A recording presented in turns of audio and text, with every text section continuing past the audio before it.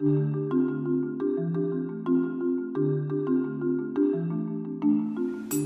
you have a problem like I do, storing all your stuff in your studio?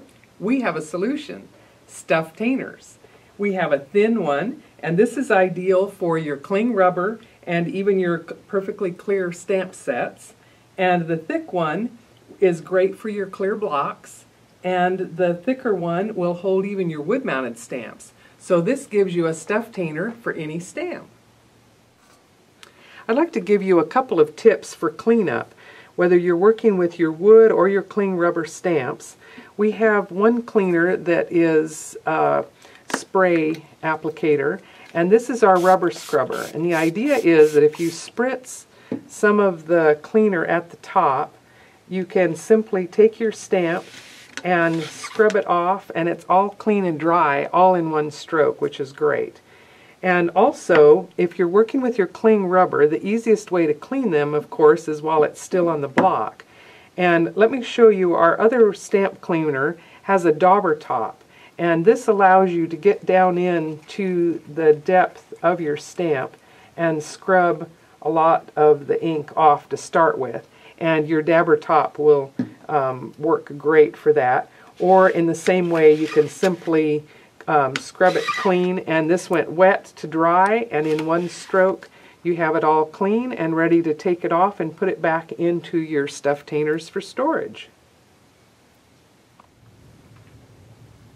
Whichever of our powdered products you might be working with, such as the Fringe Benefit Kit, which has the fuzzy fun flock and glitter in a particular color combination, or whether you're working with embossing powders, you'll see, as I was using in the videos, it's very helpful to have an open container large enough to simply use your spoon and be able to work that way and not have to keep returning things to the jar as you go along.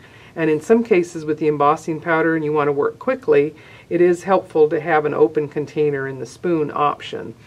And if you choose to get a large container like this, it does help that your entire card project can be held over the top and you can catch all of your powder of that color. And if you get a good seal to the lid, you might choose just to store it in that container at the end. But some of you are wondering, you can see the large quantity of powder I have out in my trays, and you're purchasing it perhaps in a combo kit where you just have a small jar. And if you have the lids off, you could pour quickly, and then you might want to catch the excess onto a folded piece of paper like I have here. But ultimately, this means each color is all spread out on the table and it's hard to work with. So I developed this idea, and by using a large tray, I simply took an 8.5/11 paper, and a stiffer paper was helpful. Folding it this direction kind of gave me a base, and I want you to see, if you started with your project like this, and when it's in the jar to start with, just begin pouring over your card into that paper. And you could set it in here and just keep adding to it as you went and not even need the spoon initially. And you'll be amazed how much powder is in even the small jar that will give you plenty for your project. And let's say you were purchasing one of the other colors in the larger size bottle. You would have perhaps an entire amount in here that you could keep collecting it within that compartment. You could quickly see all of your different colors, and you can move it back and forth with your card project. And once it's out of the jar, spooning it is still a very helpful option. So let's say you're spooning it over here, and then you can move to the next color and easily access all of your colors. When you're done with your project, by having this folded paper, this will allow me to pull this out, and we'll move a few things here. And this allows me to funnel everything back into my jar. Okay, so your powder is just going to keep recycling itself.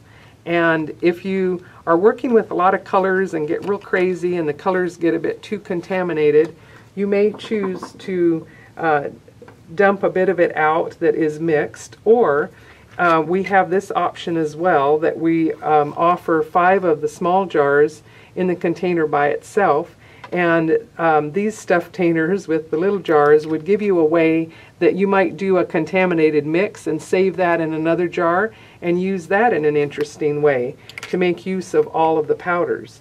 So I hope these couple of tips will give you ideas that just help it to work more easily in your workspace, in your studio.